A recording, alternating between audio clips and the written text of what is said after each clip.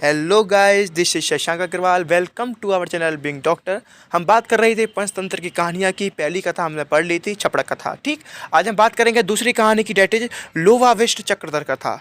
काफ़ी इंटरेस्टिंग कहानियाँ आप पढ़ेंगे तो मज़ा भी आएगा, चीज़ें याद भी होंगी, समझ में भी आएंगी और आप पेपर में लिख कर भी आएंगे। ठीक, मैंने आपको पहले बताया था काफ़ी ईजी पोर्शन है, काफ़ी इंपॉर्टेंट पोर्शन है।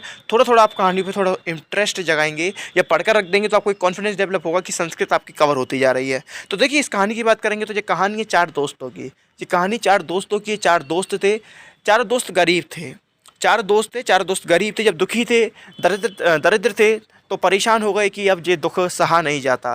जब ये दुख सहा नहीं जाता, उन्होंने कहा कि भूखा मरना अच्छा, जानवरों के साथ रहना अच्छा, घास खाना अच्छा, लेकिन अपने दोस्तों के बीच में गरीब रहना अच्छा नहीं है। होती है ना आजकल, क्या कहते हैं, होड़ होती है कि मेरे दोस्त पर बुलेट है, मुझ पर भी बुलेट होनी चाहिए, या मेरा दोस्त अगर पिज्ज़ा खा रहा है तो मुझे पिज़्ज़ा खाना है। ऐसा करके कुछ होड़ होती है कुछ लोगों में। ठीक, जब होड़ होती है तो दिक्कत होती है। तो उसी तरीके से इन चारों दोस्तों को हुई कि हमें भी पैसा कमाना है। हालांकि ये होना भी चाहिए कुछ लोगों में, कुछ हद तक। ठीक, तो इनमें भी ये हुई, क्या कहते हैं, कि हमें जानवरों के साथ रहना पड़े, भूखा रहना पड़े, घास खानी पड़े, जंगल में रहना पड़े, घर को, गांव को, सबको छोड़कर जाना पड़े, लेकिन हम जाएंगे, लेकिन पैसा कमा कर लाएंगे। तो ये चारों भी निकल पड़े। जब निकल पड़े तो उन्होंने सोचा, क्या कहते हैं, फिर एक बात कही गई है कि जिस तरीके से जो, क्या कहते हैं, लोग होते हैं वो अपने अपने शहर छोड़ देते हैं, अपने दोस्तों को छोड़ देते हैं, अपने घरों को छोड़ देते हैं। किसके लिए? अपने रुपये पैसे के लिए। जैसे हम लोग हैं, क्या कहते हैं, आप लोग हो, हम लोग हैं, स्टूडेंट्स हैं। हम लोगों ने पहले, क्या कहते हैं, प्रिपरेशन करी तो घर को छोड़ दिया, यानी रुपये पैसे के लिए, पढ़ने के लिए हम अपने दोस्तों को, अपने घर को, अपने परिवार को, सबको छोड़कर दूसरी जगह आ गए। ठीक, उसी तरीके से वो लोग थे, उनका उद्देश्य था पैसा कमाना। तो वो लोग अपना घर, गांव, दोस्त यार सब छोड़ के निकल आए।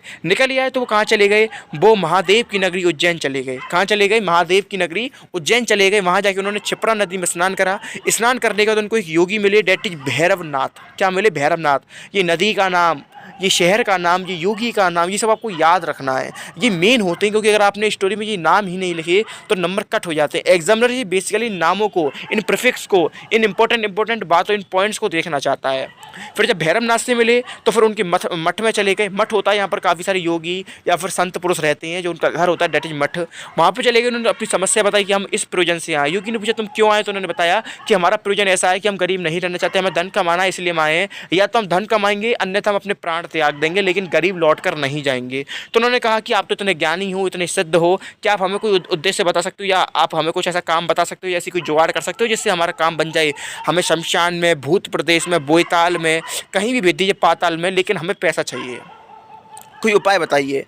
तो भैरवनाथ ने कहा टेंशन मत लो, मैं तुम्हारा काम करता हूँ। उन्होंने 4 सिद्ध बर्ती बनाई, एक गोली टाइप बनाई, 4 मोती या हीरा टाइप की कुछ बर्ती बनाई। उन्होंने कहा इनको लेकर निकलो, हिमालय की तरफ जाना है तुम्हें। ठीक, हिमालय की तरफ चले जाओ। जिसकी बर्ती जहाँ गिरेगी, 4 दोस्त थे, चारों को की बर्ती थी, कहाँ जहाँ बर्ती गिर जाए वहाँ पर तुम्हें गड्ढा खोदना है, वहाँ पर तुम्हें तुम्हारा माल मिल जाएगा, पैसा मिल जाएगा। उस पैसे या रुपये पैसे या सामान को लेकर लौट जाना। तो चारों गए। उनमें से पहले की बर्ती गिरी, पहले को वहाँ पर तांबा गड़ा मिला, तो उसने तांबा निकाल लिया। तांबा निकाल के वो औरों से बोला तुम भी तांबा ले लो, चलो मेरे साथ, लेकिन लालच है बुरी बला। और बोले नहीं, यहाँ पर तांबा मिला है, आगे कुछ और बढ़िया आइटम मिलेगा, तांबे में हमारा कुछ नहीं होगा। तो 3 आगे चले गए। फिर तीसरे की गिरी, तीसरे ने खोदा तो वहाँ पर चांदी निकली, तो वो चांदी ली और बोला चलो तुम दोनों भी चांदी ले लो। तो बोलता है कि ना, अरे पहले तांबा मिला, अब चांदी मिली, आगे सोना मिलेगा। तो वो दूसरा भी चला गया। फिर क्या कहते हैं, अब और 2 बचे, उनमें से एक की बर्ती गिरी, उसने वहाँ पर खोदा तो उसको सोना मिला। तो बोलता है पहले वाले से कि चलो हम दोनों यहाँ से सोना ले चलते हैं, क्या कहते हैं, और हमारा इसमें काम हो जाएगा बहुत अच्छा। तो बोलता नहीं, पहले तांबा मिला, फिर चांदी मिली, अब सोना मिला, आगे हीरे मोती मिलेंगे, और अगर एक भी हीरा मिल गया तो हम माला माल हो जाएंगे। बोलता है नहीं, मुझे हीरे नहीं चाहिए, मैं यहीं पर खड़ा हूँ, तुम आगे जाओ, तुम अपने हीरे लेकर आ जाओ, मैं यहीं पर तुम्हारी प्रतीक्षा करूँगा। जैसे ही वो आगे जाता है तो आगे क्या होता है, मौसम ख़राब हो जाता है, गर्मी होती है, ग्रीष्म की गर्मी हो जाती है। जब गर्मी हो जाती है तो क्या करता है वो, क्या कहते हैं, वहाँ पे देखता है एक व्यक्ति था जिसके सर पे एक चक्कर घूम रहा था, और वो, क्या कहते हैं, काफ़ी परेशान था। तो उससे जाकर वार्तालाप करता है, जो एक पर्सन, जो एक दोस्त बसता, पूछता है कि ये तुम्हारी हालत कैसे हुई? तो बोलता है, जैसे इतनी बात बोलता है तो जो उसके सर पर चक्कर घूम रहा होता है, जिसको पीड़ा या पेन कर रहा होता है, वो चक्कर उसके सर से हटकर उन एक दोस्त के सर पर आ जाता है। जब वो उसके सर पर आ जाता है तो उसको पीड़ा होती है। बोलते ये क्या तुमने मेरे सर पर व्याधि लगा दी? तो बोलता है कि जब भी, क्या कहते हैं, कोई मुझसे बात करता तो ये मेरा श्राप था जो दूर हो गया, यानी लालच तो मैं यहाँ तक लाया, और लालच मुझे यहाँ तक लाया था जिसके कारण मुझे दर्द हुआ, अब वो दर्द मेरा तुम पर चला गया। ठीक। तो बोलते ये चक्र कब हटेगा? बोला ये चक्र तब हटेगा जब तुम्हारे पास भी कोई ऐसी मेरी तरीके से आएगा सिद्धवर्ती लेकर के, तुमसे तुम्हारा हालचाल पूछेगा, तुमसे बात करेगा, तभी ये चक्र तुम्हारे सर से हटेगा। बोले ये चक्र तुम्हारे समय पर वो दोस्त बोलता है दूसरे पर्सन से कि ये चक्र तुम्हारे सर पे कब से था? बोला समय का तो मुझे अंदेजा नहीं, लेकिन ये तब था जब राजा था उस टाइम वीरवादन पुट वटराज। ठीक। तो बोलते हैं क्या कहते हैं, अब कौन है राजा?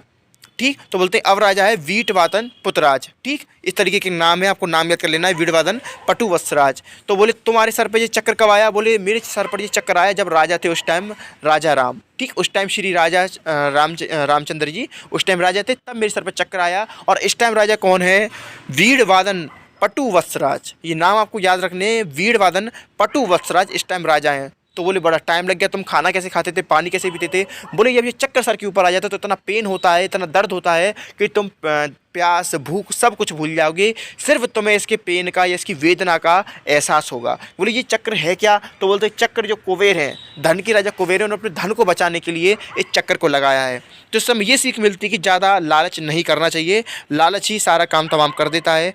फिर क्या कहते हैं, ये हालत कौन देखता है? जब वो लौट कर आता है चक्कर लेकर तो स्वर्ण सिद्धि वाला उसको देखता है, कहता है क्या कहते हैं, तुमने मेरी बात नहीं मानी, अगर हम यहाँ से सोना लेकर लौट जाते तो तुम्हारी ये हालत नहीं होती, तुम बिल्कुल मूर्ख हो, बुद्धिहीन हो। ठीक। तो बताया गया कि विद्या की उपेक्षा बुद्धि में श्रेष्ठ है, विद्या की उपेक्षा बुद्धि में श्रेष्ठ है। किसी के पास विद्या हो या ना हो, लेकिन उसके पास बुद्धि होनी चाहिए। यानी अगर आपके पास बुकिश ज्ञान है, उससे ज़्यादा इंपॉर्टेंट है कि आपके पास जनरल थोड़ी बुद्धि होनी चाहिए, सामान्य ज्ञान होना चाहिए। फिर कह रहा है इसी बुद्धि के अभाव में व्यक्ति शेर को जलाने वाले ब्राह्मण की तरह नष्ट हो जाता है। आगे पढ़ेंगे ये थोड़ी बात है। फिर लिख रहा है श्लोक आया, तस्य कथम ना चला स्याता पत्नी विष्णु नृष्यपि मासश्च चतुरो निद्रा या सेवती जलगतम सततम। यानी बताया जाता है जो भगवान विष्णु हैं वो कंटिन्यूसली 4 महीने तक समुद्र में लेटे रहती हैं। जब वो नर श्रेष्ठ बताए गए, यानी नर में सारे मैन में श्रेष्ठ बताए गए हैं, जब उनकी पत्नी उनको छोड़कर यानी लक्ष्मी जी उनको छोड़कर चली गई, तो हमारी तो औकात ही क्या है? अगर हम आलस करेंगे या एक तरफ पड़े रहेंगे, निरंतर आराम करते रहेंगे, तो जो क्या कहते हैं हमारी लक्ष्मी हमको भी छोड़कर चली जाएगी। जो नर श्रेष्ठ है, जो श्रेष्ठ बताया गया, जब उनकी बीवी यानी लक्ष्मी जी उनको छोड़कर चली गई, तो हमारी क्या औकात है? तो हमको भी, अगर हम आलसी तरह पड़े रहेंगे तो हमको भी छोड़कर चली जाएंगी। फिर पहला वाले चैप्टर का श्लोक आया है, अपरीक्षण कर्तव्यम कर्तव्यम सुपरीक्षितम पश्चात भवती संतापो ब्राह्मण नकुल जाता। यानी बिना परीक्षा के आपको कोई भी कर्म नहीं करना, अन्यथा बाद में पश्चाताप होता है, जैसे ब्राह्मणी को हुआ था नकुल को या नेवले को मारने के बाद।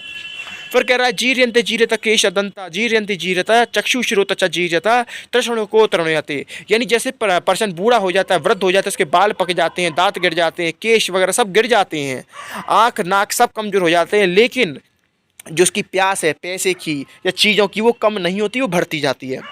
लास्ट श्लोक है, सो अपि प्रहष्टोम या वस्य सुमण भूमि दृष्टवा द्वितीयम प्राह भौम घृवता स्वेच्छा स्वर्णम।